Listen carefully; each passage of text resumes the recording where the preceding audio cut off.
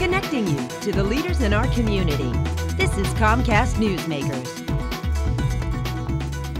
Hello, I'm Robin Wolfram. For over 90 years, the Minneapolis Foundation has been dedicated to improving lives and creating opportunities for individuals and families all across the Twin Cities. Sandy Vargas is CEO and president of the Minneapolis Foundation, and she joins us for this segment of Newsmakers. Thanks for joining us today, Sandy. Well, thank you, Robin. So give us an overview of the Minneapolis Foundation. Well, the Minneapolis Foundation is a charitable organization. It's a nonprofit, a large nonprofit that has been in Minnesota for almost 90 years, and actually it's the oldest foundation in the state.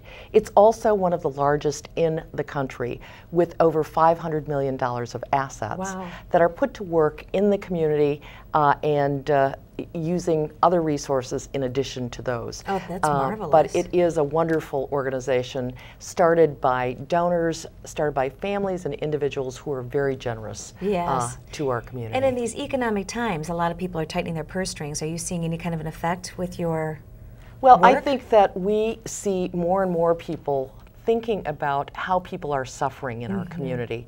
And so, for example, we had a strategy where we said we've got to go out and help people in this recession.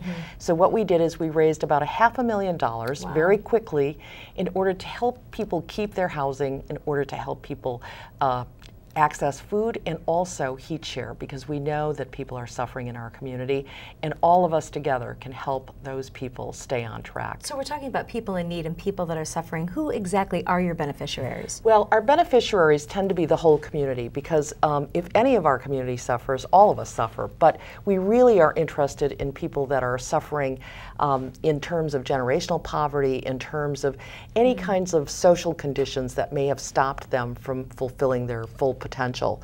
So our new goal with our new strategic plan is a focus on social, racial, and economic equity. We think that creates a very vibrant community. Break that down for us a little bit. Okay.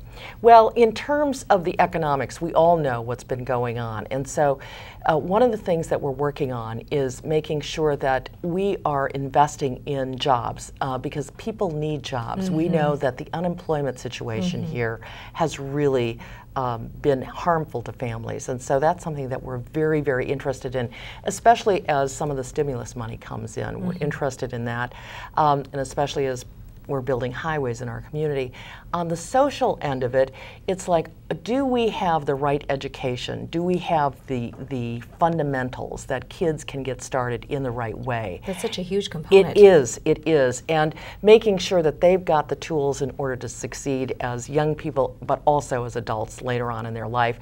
And then the third area is the whole issue of race, which it has always been a very big challenge. And so we want to make sure that we keep that on the table, that we're talking to each other respectfully, and that we get through that conversation in a way that really goes toward solutions. How do you set up your priorities then? Well, we've had a new strategic plan that we've just developed, and we've had our board really involved in it, but we also went out to the community, both our donors, and had a listening session with donors, and they gave us feedback, as well as our grantees, and they also gave us feedback, and all of those groups said, yes, these are the areas that we think are of highest importance, and so we're on that track. Right. Oh, this is such good news. Now, you've had a long career in community service. What is it that draws you to this type of work, Sandy? Well, I really think about my family when that question comes up, because I had a grandmother that really said three things to me: take care of yourself, take care of your family, and take care of your community.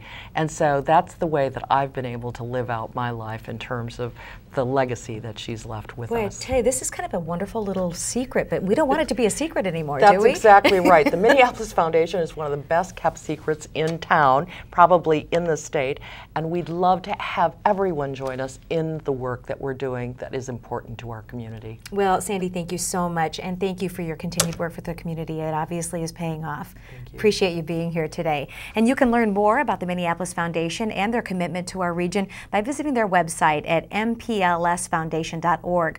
You'll also find information on volunteer and donation opportunities there. Well, that's it for this edition of Comcast Newsmakers. I'm Robin Wolfram. Thank you for watching.